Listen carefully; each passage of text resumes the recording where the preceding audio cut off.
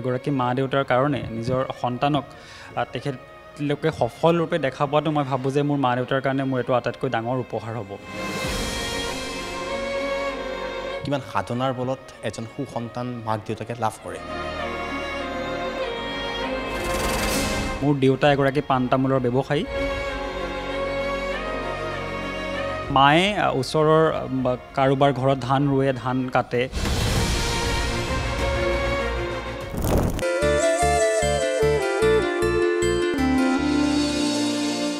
নমস্কাৰ, NKTVৰ এক বিশেষ অনুষ্ঠান বাটে ঘাটেলৈ মই উদীপ জনকে আপোনালোক সকলোকে স্বাগতম জনাইছোঁ।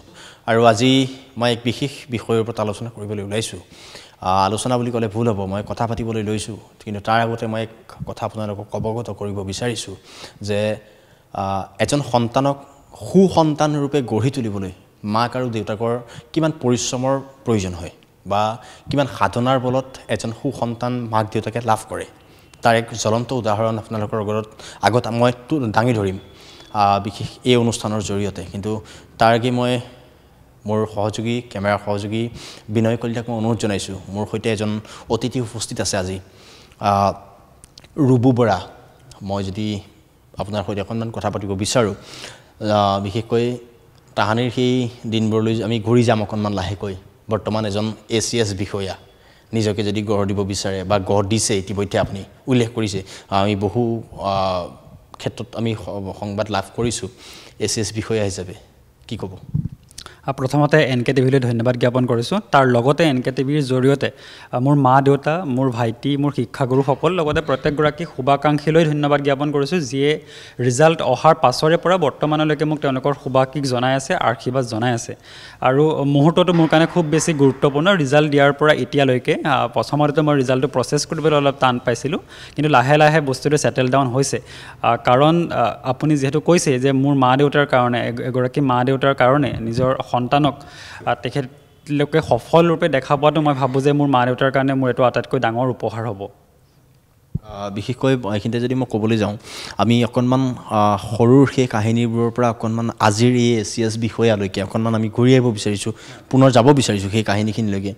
স্কুলীয়া জীৱন বা আজিৰ এই ACS, যিহেতু যি সদ্য ঘোষিত APSCৰ ফলাফল, সেই ফলাফলত ACSৰ 16 নম্বৰ স্থানত 14 নম্বৰ স্থানত শুদ্ধভাৱে উত্তীৰ্ণ হৈছে। আৰু বিশেষকৈ মই ক'বলৈ বিচাৰিছোঁ, সেই সৰুৰ পৰা অকণমান যদি আমি ঘূৰি আহোঁ, স্কুলীয়া জীৱন বা কলেজীয়া সেই জীৱন অকণমান যদি কয়। মই স্কুলীয়া শিক্ষা গ্ৰহণ কৰিছিলোঁ। আমাৰ ওচৰতে আছে এখন কঠালনীবাৰী প্ৰাথমিক বিদ্যালয়। তাৰ পৰাই মোৰ স্কুলীয়া শিক্ষাৰ আৰম্ভ হৈছিলে। আৰু তাৰ পৰাই মোক শিক্ষক শিক্ষয়িত্ৰীসকলে মোৰ যি পাঠদান কৰিছিলে, লগতে যি মোক আদৰ্শৰ পাঠ শিকাইছিল, নীতিৰ পাঠ শিকাইছিল, সেইখিনিয়ে মোক ভৱিষ্যত সমান মোক গঢ় দিছিলে। তাৰ পাছত মই কল্যাণপুৰ মধ্য ইংৰাজী বিদ্যালয়ত পঢ়িলোঁ। তাৰ পাছত মই দীপৰা হাইস্কুলৰ পৰা মই মেট্ৰিক পৰীক্ষাত উত্তীৰ্ণ হ'লোঁ। তাৰ পৰা মই ব্ৰহ্মপুত্ৰ ভেলী একাডেমীত পঢ়িলোঁ। এনেদৰে মোৰ যি শিক্ষাৰ পৰিক্ৰমাটো চলি গৈছিল, কিন্তু তাৰ গোটেই যিটো ভেটি গঢ় দিছিল, সেই ভেটিটো গঢ় দিছিল মোক প্ৰাক প্ৰাথমিক পৰ্যায়ৰ প্ৰত্যেকগৰাকী শিক্ষাগুৰুৱে। আৰু তাৰ পৰাই তেওঁলোকে দিয়া পাঠদানৰ মই ভাবোঁ ভেটি হিচাপে নিৰ্মাণ কৰি পেলাই মই আজিৰ তাৰিখত এগৰাকী ACS বিষয়া হিচাপে সেই পৰীক্ষাত উত্তীৰ্ণ হ'বলৈ সক্ষম হৈছোঁ।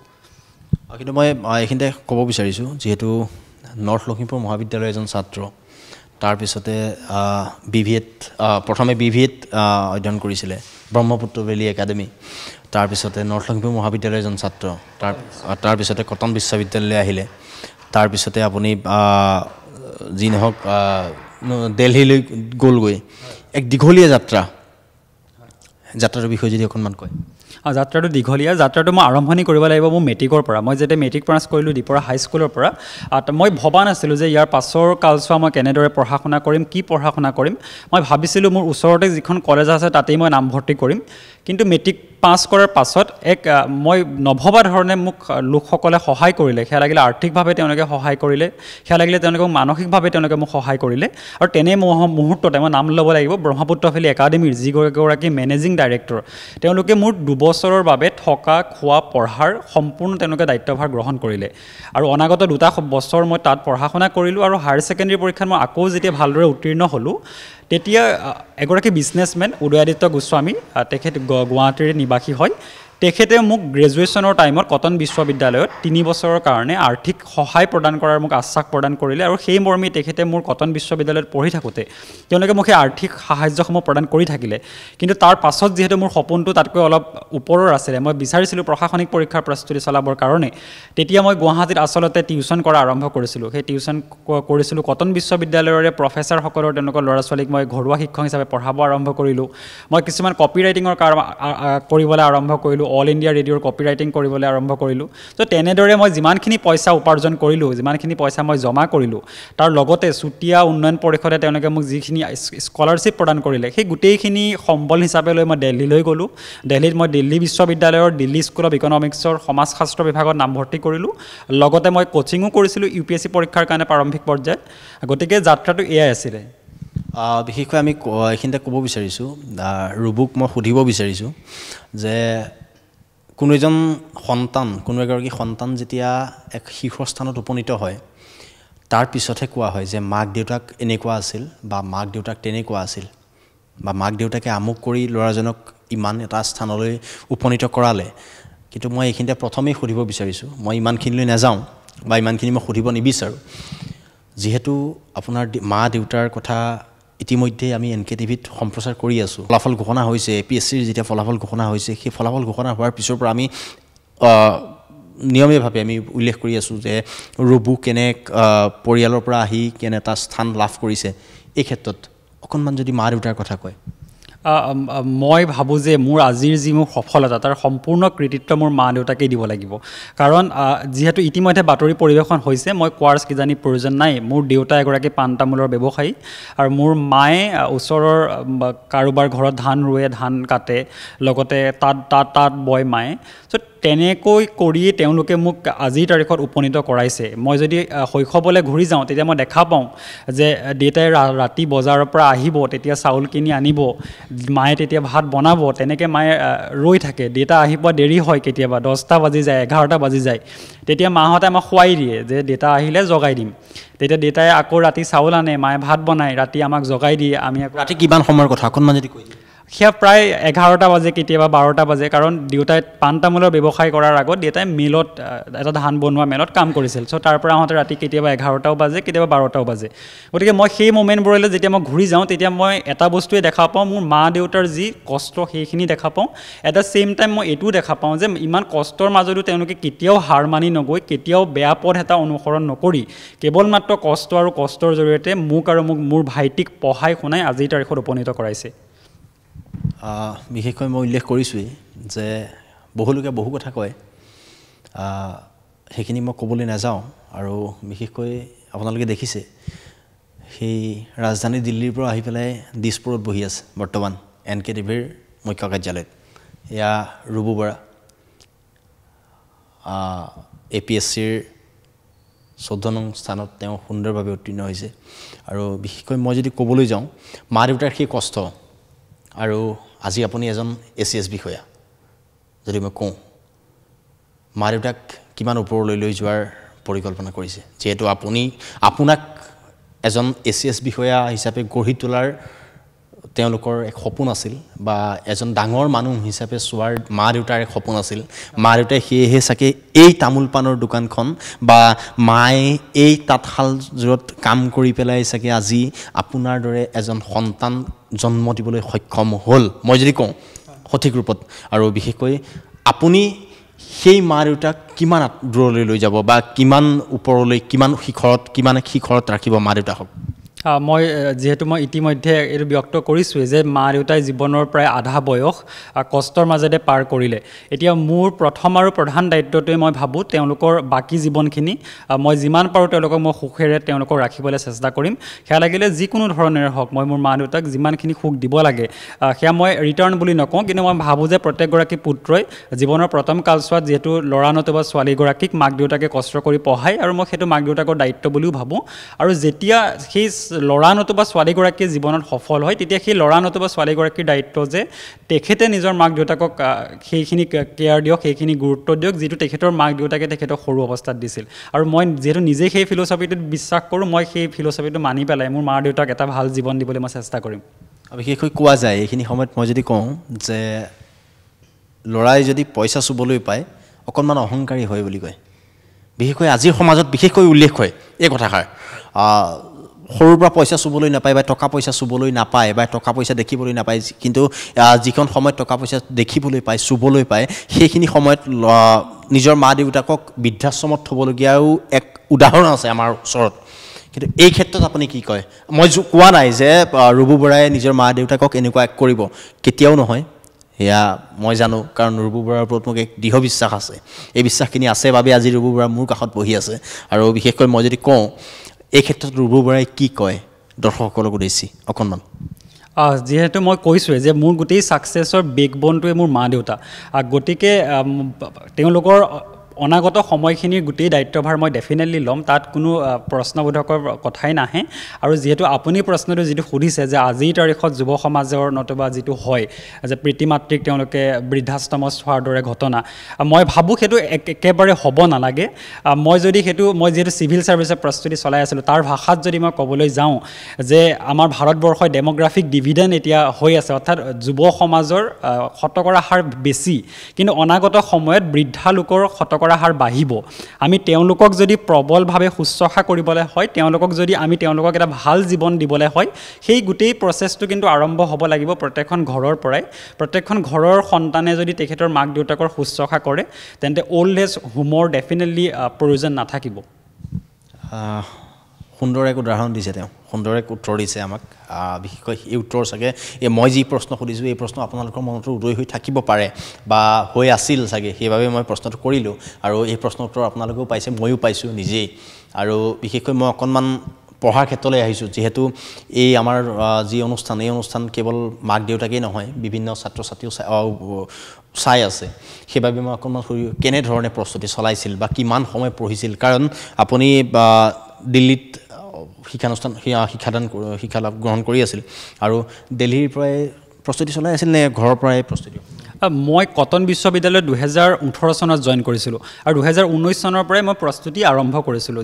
যেতিয়া দেখিছিলোঁ যে মোৰ ৰুমমেট দাদাসকলে প্ৰস্তুতি চলাই আছিলে, মোৰ বেটছমেটসকলে প্ৰস্তুতি চলাই আছিলে, আৰু তেতিয়া আচলতে মই চিভিল ছাৰ্ভিচ বস্তুটোৰ সৈতে চিনা পৰিচয় ঘটিছিল।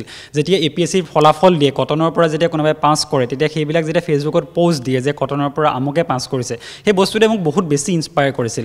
চ' 2019 চনত মই যেতিয়া তৃতীয় ষান্মাসিকত পঢ়ি আছিলোঁ গ্ৰেজুৱেশ্যনৰ, তেতিয়াৰ পৰাই মই নিজাকৈ কিতাপ পত্ৰসমূহ এমেজনত অৰ্ডাৰ কৰি পেলাই পঢ়া আৰম্ভ কৰিছিলোঁ। কিন্তু এইটো 2019 চনৰ পৰা। তেতিয়া মই প্ৰস্তুতি বুলি ক'ব নিবিচাৰোঁ, জাষ্ট ধৰক পলিটিৰ কাৰণে লক্ষ্মীকান্ত কিতাপখন পঢ়িব লাগে বুলি চবেই কয়। মই লক্ষ্মীকান্ত কিতাপখন এমেজনত অৰ্ডাৰ কৰিলোঁ, ডেইলি 2-3টা পেজ পঢ়ি থাকোঁ। ধৰক হিষ্ট্ৰীৰ কাৰণে, মডাৰ্ণ ইণ্ডিয়ান হিষ্ট্ৰীৰ কাৰণে স্পেক্ট্ৰামৰ বুকখন পঢ়িব লাগে, অ'কে, মই অৰ্ডাৰ কৰিলোঁ, 2-3টা পেজকৈ ডেইলি পঢ়ি থাকোঁ। কিন্তু গ্ৰেজুৱেশ্যনৰ লাষ্ট ইয়াৰত যিহেতু ক'ভিড আৰম্ভ হৈছিলে, তেতিয়া আমাৰ এক্সামবিলাকো অনলাইন হৈছিলে, যিখিনি ছেমিষ্টাৰ এক্সাম। তেতিয়া আচলতে মই বেছি সময় পাইছিলোঁ চিভিল ছাৰ্ভিচত দিবৰ কাৰণে। আৰু সেই লাষ্ট ইয়াৰটোতে 2021 বৰ্ষতে মই কমপ্লিটভাৱে পঢ়িছিলোঁ। তেতিয়াই মই প্ৰায়সমূহ চিলেবাছ শেষ কৰিবলৈ চেষ্টা কৰিছিলোঁ, কিন্তু সেইখিনি সময়ত মোৰ বয়স নোহোৱাৰ কাৰণে মই সেই বছৰ UPSCটো অৱতীৰ্ণ হ'ব নোৱাৰিলোঁ, APSCটো নোৱাৰিলোঁ। আৰু গতিকে মই এবছৰ ড্ৰপ দিছোঁ মানে মই গুৱাহাটীতে থাকিলোঁ। গুৱাহাটীত মই টিউশ্যন কৰি আছিলোঁ, মই কৈছোঁৱে যে মই আকাশবাণী গুৱাহাটীৰ কাম এটাও কৰি আছিলোঁ আৰু লগতে মই প্ৰস্তুতি চলাই আছিলোঁ। আৰু 2022 চনত মই গুৱাহাটীত থাকিয়ে UPSCৰ মই প্ৰথমটো এটেম্প্ট দিছিলোঁ, য'ত মই প্ৰিলিমছত ফেইল কৰিছিলোঁ। কিন্তু তাৰ পাছতেই মোক চুতীয়া উন্নয়ন পৰিষদে তেওঁলোকে মোক এটা আৰ্থিক সহায় কৰি পেলাই, এটা স্কলাৰশ্বিপৰ জৰিয়তে তেওঁলোকে মোক দিল্লীলৈ প্ৰশাসনিক পৰীক্ষাৰ প্ৰস্তুতিৰ কাৰণে পঠালে। একেটা সময়তে মই দিল্লী বিশ্ববিদ্যালয়তো নামভৰ্তি কৰাৰ সুযোগ লাভ কৰিলোঁ। আৰু মই জনাবলৈ পাই সুখী হ'ম যে দিল্লী বিশ্ববিদ্যালয়ৰ যিটো ৰতন টাটা লাইব্ৰেৰী আছে, তাত প্ৰায় 500,000 ল'ৰা ছোৱালীয়ে দৈনিক তাত চিভিল ছাৰ্ভিচৰ প্ৰস্তুতি একে সময়তে চলাই আছে। যেতিয়া মই সেই সকলো লোকৰ সংস্পৰ্শত আহিলোঁ, যেতিয়া মই দেখিলোঁ যে লাইব্ৰেৰীত মানুহে ৰাতিপুৱা 6টা বজাৰ পৰা সন্ধিয়া 9টা বজালৈকে কেৱল চিভিল ছাৰ্ভিচৰ কাৰণেই প্ৰস্তুতি চলাই আছে, সেই বস্তুটোৱে মোক খুব বেছি ইনস্পায়াৰ কৰিলে। আৰু 2023 বৰ্ষত মই UPSCৰ ছেকেণ্ড এটেম্পটো দিলোঁ। তাত তাত মই প্ৰিলিমছ কোৱালিফাই কৰিলোঁ কিন্তু মেইনছত মোৰ 12 নম্বৰ কমাৰ কাৰণে মই UPSCৰ ইণ্টাৰভিউ দিব নোৱাৰিলোঁ আৰু তেতিয়া মই ভাবিলোঁ যে নাই মই এতিয়া ষ্টেটৰ এক্সামটো APR হ'ব লাগে ষ্টেটৰ যিটো APSC এক্সাম তেতিয়া মই ভাবিলোঁ 2024 চনত APSC দিয়া যাওক আৰু 2024 চনৰ মাৰ্চত আমাৰ প্ৰিলিমছ হ'ল প্ৰিলিমছ কোৱালিফাই কৰিলোঁ মেইনছ জুলাই মাহত দিলোঁ মেইনছ কোৱালিফাই কৰিলোঁ আৰু ইণ্টাৰভিউ এতিয়া ফাইনেল ৰিজাল্ট আহিছে অসমবাসীৰ বাবে কি কৰিব এগৰাকী চিভিল ছাৰ্ভেণ্ট হিচাপে আমাৰ কেপেবিলিটিত যিমানখিনি থাকিব মই কৰিম যিহেতু মই প্ৰথম কথা কৈছোঁৱেই যে মোৰ গাঁওখনৰ পৰা মোৰ ঘৰখনৰ পৰাই মই গোটেই অসমৰ চৰিত্ৰটো দেখা পাওঁ যে আমাৰ গাঁৱে ভূঞে এতিয়াও কেনেদৰে দৰিদ্ৰতা আছে সমস্যা আছে গতিকে এগৰাকী চিভিল ছাৰ্ভেণ্টৰ যিটো মূল কাম চিভিল ছাৰ্ভেণ্ট এগৰাকীৰ মূল কামটো হ'ল গভৰ্ণমেণ্টে যিসমূহ পলিচি আনে সেই পলিচিসমূহ তেওঁলোকে সুচাৰুৰূপে ইমপ্লিমেণ্ট কৰিব লাগে গতিকে মই গভৰ্ণমেণ্টৰ সকলোবিলাক পলিচি যিসমূহ পলিচি মোৰ ওপৰত দিয়া হয় ইমপ্লিমেণ্টেশ্যনৰ কাৰণে মই সঠিক ৰূপে ইমপ্লিমেণ্ট কৰিবলৈ চেষ্টা কৰিম যাতে প্ৰত্যেকগৰাকী গাঁৱৰ লোকে প্ৰত্যেকগৰাকী যাতে বেনিফিচিয়াৰীয়ে যাতে সেই সুবিধা লাভ কৰিব পাৰে চৰকাৰক কি আহ্বান জনাব চৰকাৰক আহ্বান জনোৱাৰ পূৰ্বে মই আচলতে ধন্যবাদহে জনাব বিচাৰিম কাৰণ আজিৰ পৰা যদি আমি 3, 4, 5 বছৰ পূৰ্বলৈ ঘূৰি যাওঁ তেতিয়া আমি দেখা পাওঁ যে বহুতে APSC দিবলৈ ভয়ো কৰে কাৰণ এক্সাম চাইকেলটো বহুত বেছি দীঘলীয়া হয় কিন্তু এতিয়া যদি আপুনি চাই আমি মাৰ্চ মাহত প্ৰিলিমছ দিছোঁ আজি ডিচেম্বৰ মাহত ফাইনেল ৰিজাল্ট আহিছে লেছ দেন 1 ইয়াৰ এবছৰতকৈ কম সময়ৰ ভিতৰত গোটেই পৰীক্ষা প্ৰচেছটো শেষ কৰিছে তাকো নিকা আৰু স্বচ্ছভাৱে গতিকে এই ক্ষেত্ৰত মই চৰকাৰক ধন্যবাদহে দিব বিচাৰিছোঁ বিশেষকৈ তাহানিৰ সেই ৰাকেশ পাল আৰু আজিৰ এই স্বচ্ছ আৰু নিকা আপোনালোকৰ ফলাফল কি ক'ব তাক লৈ আচলতে মই ভাবোঁ যে এই বস্তুটো ইনস্পায়াৰ কৰে যে মই 2023 চনলৈকে মই APSC দিয়া নাছিলোঁ কিন্তু মই 2024 চনত দিম বুলি ভাবিলোঁ কাৰণ মই দেখিছোঁ যে পূৰ্বৰ দুটা এটেম্পটত মোৰ লগৰ যিসকলে পাইছে পৰীক্ষা পাছ কৰিছে সম্পূৰ্ণ সুস্থ আৰু নিকাতৰূপে তেওঁলোকে পাছ কৰিছে পঢ়া শুনা কৰিছে মোৰ লগৰে বহুতে পাছ কৰিছে তেওঁলোকক মই নিজে দেখিছোঁ বহুত কষ্ট কৰে কাৰোবাৰ দেউতাক নাই কাৰোবাৰ নিজে কষ্ট কৰি কাম কৰি পাৰ্ট টাইম জব কৰে তথাপিও তেওঁলোকে চিভিল ছাৰ্ভিচ কোৱালিফাই কৰিছে আচলতে এই বস্তুসমূহে নৱপ্ৰজন্মৰ মনত এটা সাহস দিয়ে যে চিভিল ছাৰ্ভিচ এক্সামটোক তেওঁলোকে এটা কেৰিয়াৰ অপশ্যন হিচাপে প্ৰিপাৰেশ্যন কৰিব পাৰে এইখিনিতে মই ক'ব বিচাৰিছোঁ যিহেতু আমি জানো কিন্তু দৰ্শকসকলক মই জনাব লাগিব আৰু দৰ্শকসকলক মই নিজেই তেওঁ যেতিয়া মোৰ সৈতে উপস্থিত আছেই তেওঁৰ মুখেৰে মই জনাব বিচাৰিছোঁ তেওঁৰ ঘৰ ক'ত বা তেওঁৰ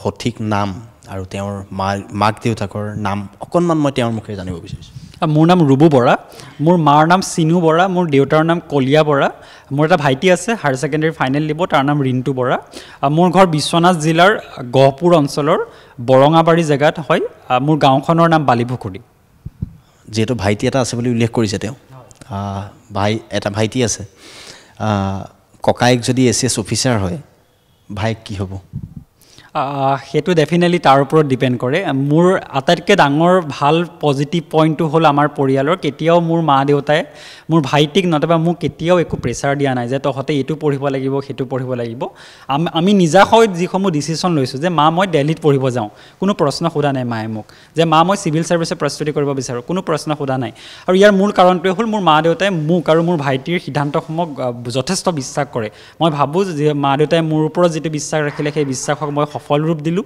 ভাইটিৰ ওপৰতো যি বিশ্বাস ৰাখিছে ভাইটিও এটা সময়ত সেইটো সফল ৰূপ দিব কিন্তু এইখিনিতে মই সুধিব বিচাৰিছোঁ যিহেতু অসমৰ পৰা দিল্লী আৰু বিশেষকৈ মই কোৱা নাই যে মই ক'ব বিচৰা নাই আৰ্থিকভাৱে দুৰ্বল বুলি মই কোৱা নাই কাৰণ মানুহৰ মনটোৱেই সকলোতকৈ ওপৰত মনতকৈ কোনো ডাঙৰ হ'ব নোৱাৰে যদি মনে বিচাৰে আজিৰ দিনত আকাশো চুব পাৰি সঠিক মই চাগে কৈছোঁ আপোনাক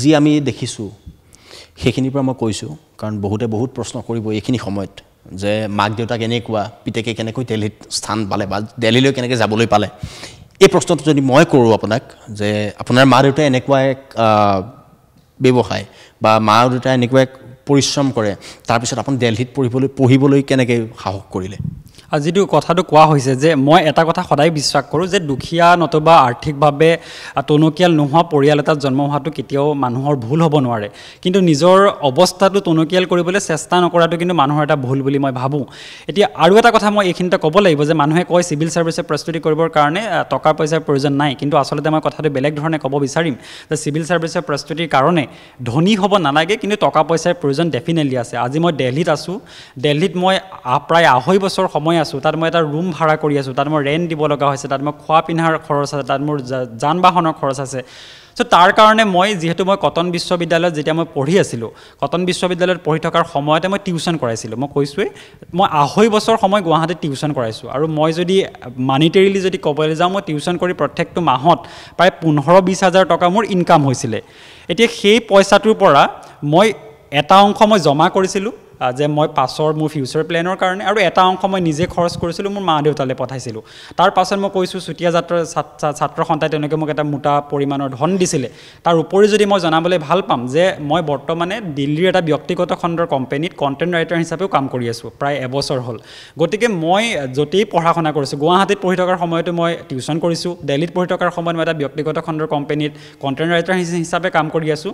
আৰু ইয়াৰ মূল কাৰণটো সেইটোৱেই, মই জানো মই কেনেকুৱা এটা অৱস্থাৰ পৰা আহিছোঁ। গতিকে মই এইটোও জানো যে মোৰ সপোনবিলাক চুবৰ কাৰণে, মোৰ যিখিনি লাগতিয়াল বস্তু সেইখিনি ল'বৰ কাৰণে মই কাম কৰিব লাগিব। আৰু সেই বস্তুটো ৰিয়েলাইজ কৰিছোঁ কাৰণেই মই মেট্ৰিকৰ সময়তে হওক, মই মেট্ৰিকৰ পূৰ্বে ল'ৰা ছোৱালীক পঢ়াইছিলোঁ গাঁৱত, হায়াৰ ছেকেণ্ডেৰীৰ সময়ত সেইটো কৰা নাছিলোঁ, কিন্তু গ্ৰেজুৱেশ্যনৰ টাইমত মই টিউশ্যন কৰালোঁ, মাষ্টাৰ ডিগ্ৰীৰ সময়ত মই তাত কণ্টেণ্ট ৰাইটাৰৰ কাম কৰিলোঁ। গতিকে তেনেদৰে মই যিসমূহ পইচা উপাৰ্জন কৰিছিলোঁ, তাৰ পৰা মই দিল্লীত মোৰ যে 2.5 বছৰ মই থাকিলোঁ, সেইসমূহ মোৰ নিয়াৰিকৈ চলি গৈছিল।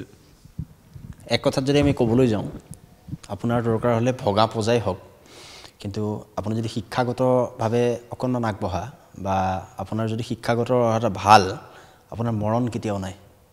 আৰু তাৰে এক জ্বলন্ত উদাহৰণ এয়া ৰুবু বৰা মোৰ কাষত বহি আছে। কাইলৈ আমি লগ নাপাবও পাৰোঁ, বা কাইলৈৰ পৰা আমি লগ নকৰিবও পাৰোঁ, নাপাবও পাৰোঁ। আমি হয়তো তেওঁক লগ কৰিবলৈ গ'লে আমি এপইণ্টমেণ্ট ল'ব পৰা হ'বও পাৰে। আৰু সেই থোৰতে পাই আজি মই লৈ থ'লোঁ, মই কথা পাতি থ'লোঁ। আপোনালোকে নজনা বহু কথা তেওঁৰ পৰা মই জানি থ'লোঁ। এইখিনিতে মোৰ সৈতে উপস্থিত আছে বিশেষকৈ তেওঁৰ খুৰাক মোৰ সৈতে উপস্থিত আছে। মই খুৰাকৰ সৈতে অকণমান কথা পাতিব বিচাৰিছোঁ, যিহেতু দিল্লীৰ পৰা আহি পাইছে বিমানবন্দৰ, গুৱাহাটী বিমানবন্দৰ আহি পাইছে। বিমানবন্দৰত তেওঁ বিমানবন্দৰৰ পৰা ভতিজাকক সুন্দৰভাৱে লৈ আহিছে। আমি খুৰাক উপস্থিত আছে, আৰু খুৰাকৰ লগত মই অকণমান সময় কথা পাতিব বিচাৰিছোঁ, যিহেতু ভতিজা ACS হৈছে, আৰু ভতিজা ACS হৈছে, আপোনাৰ বৌ আৰু দাদা সেই তেনে এটা পৰিস্থিতিত আছে। কি ক'ব? ভাল লাগিছে শুনা পাই। তেখেতক লৈ আহিলোঁ এতিয়া এয়াৰপৰ্টৰ পৰা। আজি থাকিম গুৱাহাটীত, কালি ৰাতিপুৱালৈ যাম। গাঁৱতো মানুহ ৰখি আছে, ৰাইজ। তাকে গাঁৱতো ৰেলী কৰিছে, ডাঙৰ সুবিশালে ৰেলী কৰিছে। ৰুবু বৰালৈ বৰ্তমানো অপেক্ষা কৰি থকা দেখিবলৈ পাইছোঁ, সুবিশালে ৰেলী। হয়, এতিয়া ৰাতি পোহৰটো কেনেকৈ হয় তাকে চিন্তা কৰি আছে, কেনেকৈ ঘৰ পাব বাৰু, সেইটোৱে। আৰু মানে মই যদি এক কথাত ক'বলৈ যাওঁ, ৰাতিৰ কুঁৱলীৰ বাবে তেওঁলোক এতিয়াও বৰ্তমান গহপুৰলৈ যোৱা নাই। হয়, ৰাতিপুৱা যাম বুলি আমি ৰখি আছোঁ। আৰু ৰাতি ক'ত থকা হ'ব? ৰাতি মোৰ ৰুমতে থকা হ'ব। আপোনাৰ ৰুম? মোৰ পল্টন বজাৰ। হয়, মই ভাড়াত থাকোঁ ৰুম ইয়াতে। মই একচুৱেলি গাড়ী চলাওঁ ইয়াতে। কিন্তু নিজৰ ভতিজাকক বিমানবন্দৰৰ পৰা আনিবলৈ পাহৰা নাই কেতিয়াও, কাৰণ ভতিজাকক লৈ আজি খুৰাক গৌৰৱান্বিত, হয়নে? হয়, নিশ্চয়। ভাল লাগিল।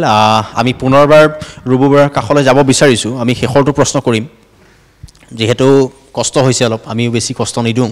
আমাৰো সময় হৈছে, আপোনাৰো সময় হৈছে, যিহেতু অকণমান জিৰণি ল'বলৈ প্ৰয়োজন হ'ব। কাৰণ দিল্লীৰ পৰা যিমান দিনলৈ বহি আহিলেও বা সেই কাম কৰি আহিলেও আপুনি কষ্টখিনি একেখিনিয়ে হয়। কেতিয়াৰ পৰা চাগে বিভিন্ন ধৰণৰ সংবাদ মাধ্যমত আপোনাক আমন্ত্ৰণ জনাইছে যদিও NK টিভিত প্ৰথমটো সাক্ষাৎকাৰ, প্ৰথমটো প্ৰতিক্ৰিয়া তেওঁৰ ACS হোৱাৰ পাছত। আৰু বিশেষকৈ মই প্ৰতিক্ৰিয়া এই কাৰণেই লৈছোঁ, মই তেওঁৰ সৈতে সাক্ষাৎকাৰ এই কাৰণেই কৰিছোঁ যে আজিৰ দিনত বহু লোকে বহু কথা কয়, বিশেষকৈ মাক দেউতাকৰ কথাখিনি মই পিছতেই থ'লোঁ। এনে এজন ল'ৰা দিল্লীত গৈ পেলাই কিয় পঢ়িছিল বা কেনেকৈ পঢ়িবলৈ পালে, তেওঁৰ মুখেৰে শুনিলে। ACS হ'ল, কেনেকৈ হ'ল, কিয় হ'ল, নিজেই গম পালে। আৰু তাহানিৰ সেই ৰাকেশ পালৰ সেই APSCৰ যি দুনাম, সেই দুনামখিনি কেনেকৈ আজি সুনাম হ'ল, তেওঁৰ মুখেৰে গম পালে। আৰু শেষৰটো প্ৰশ্ন কৰিব বিচাৰিছোঁ, ব্ৰহ্মপুত্ৰ ভেলী একাডেমীত তেওঁ অধ্যয়ন কৰিছিল, আৰু ব্ৰহ্মপুত্ৰ ভেলী একাডেমীৰ পৰা লখিমপুৰৰ পৰা গুৱাহাটীৰ পৰা দিল্লী পালেগৈ আপুনি। বহুখিনি কষ্ট হৈছে। যিসকল মই ইতিমধ্যে উল্লেখ কৰি, যিসকল ছাত্ৰ ছাত্ৰীয়ে পঢ়িবলৈ বিচাৰে তেওঁলোকক সুন্দৰভাৱে আপুনি আগবঢ়াই দিছে। অসমৰ ৰাইজক কি ক'ব, কাৰণ আপোনাক লৈ বহু কথা কৈছে তেওঁলোকে? প্ৰথমতে মই ধন্যবাদ জনাব বিচাৰিছোঁ কাৰণ যোৱা 2টা দিন ৰিজাল্ট অহাৰ পাছৰে পৰা মই বহুতো লোকৰ ফোন পাইছোঁ মেছেজ পাইছোঁ তেওঁলোকে মোক আচলতে শুভাশীষ জনাইছে এতিয়া বহুতক মই চিনি নাপাওঁ যদিও তেওঁলোকে মোক আশীৰ্বাদ কৰিছে তেওঁলোকে মই এগৰাকী সফল প্ৰশাসনিক বিষয়া হোৱাটো বিচাৰিছে কাৰণ তেওঁলোকে মোৰ বেক ষ্টৰিটো যেতিয়া গম পাইছে তেতিয়া তেওঁলোকে এটাই কথা কৈছে যে তুমি এনেকুৱা এটা অৱস্থাৰ পৰা আহিছা আজি আহি এই তাৰিখত উপনীত হৈছা গতিকে তুমি জানা তোমাৰ একচুৱেল তোমাৰ সেই এক্সপিৰিয়েঞ্চটো আছে গতিকে সেই এক্সপিৰিয়েঞ্চটো ইউজ কৰি পেলাই তুমি এগৰাকী সফল প্ৰশাসনিক বিষয়া হ'বা বুলি মোক সকলোৱে যেটো কৈছে মই সেই তেওঁলোকৰ উপদেশৰ প্ৰতি ডেফিনেটলি সন্মান জনাম আৰু মোৰ প্ৰত্যেকটো খোজতে যাতে মই ধনাত্মক কিবা এটা যাতে মই আনিবলৈ সক্ষম হওঁ সমাজখনৰ কাৰণে সেইটো মই ডেফিনেটলি চেষ্টা কৰি যাম APSC দিয়া হ'ল APSC দিলে APSCত আপুনি ACS হ'ল 14 নম্বৰ স্থানত UPSCৰ কিবা পৰিকল্পনা আপুনি ইতিমধ্যে উল্লেখ কৰিছে যে UPSC দিছিল কিন্তু শেষৰ কোনোবা এটাত আপুনি কোনো থমকি ৰ'বলগীয়া হয় আৰু পৰৱৰ্তী সময়ত চলাই যাব নেকি ডেফিনেটলি চলাই যাম কাৰণ মোৰ যদি গোটেই চিভিল ছাৰ্ভিচৰ জাৰ্নিটোৰ কথা ক'বলৈ যাওঁ আৰম্ভণি হৈছিল UPSC প্ৰস্তুতিৰ পৰা আৰু মই বিচাৰোঁ যে সামৰণিটো UPSCৰ দ্বাৰাই হওক গতিকে তাৰ কাৰণে মই কাম কৰি যাম আৰু মই ভগৱানৰ যদি কৃপা থাকে তেন্তে মই ডেফিনেটলি সেই ক্ষেত্ৰত উপনীত হ'ব পাৰিম এজন ACS আপোনালোকৰ ভাষাত যদি কয় আপোনালোকৰ সেই জিলা আয়ুক্তৰ কাৰ্যালয়তে হওক বা উন্নয়ন খণ্ডৰ সেই কাৰ্যালয়তে হওক যদি কেনেবাকৈ লগ পায় এইজন ৰুবু বৰাক এষাৰ মাত দিব কেনে এক স্থানৰ পৰা কেনে এক স্থানত তেওঁ উন্নতিৰ জখলা বগালে সেয়া আপোনালোকে আমাৰ এই অনুষ্ঠান চাই পেলাই ইতিমধ্যেই গম পাইছে আৰু বিশেষকৈ বেছি কথা ক'বলৈ নাযাওঁ আজিৰ এই অনুষ্ঠান ইমানতে সামৰিব বিচাৰিছোঁ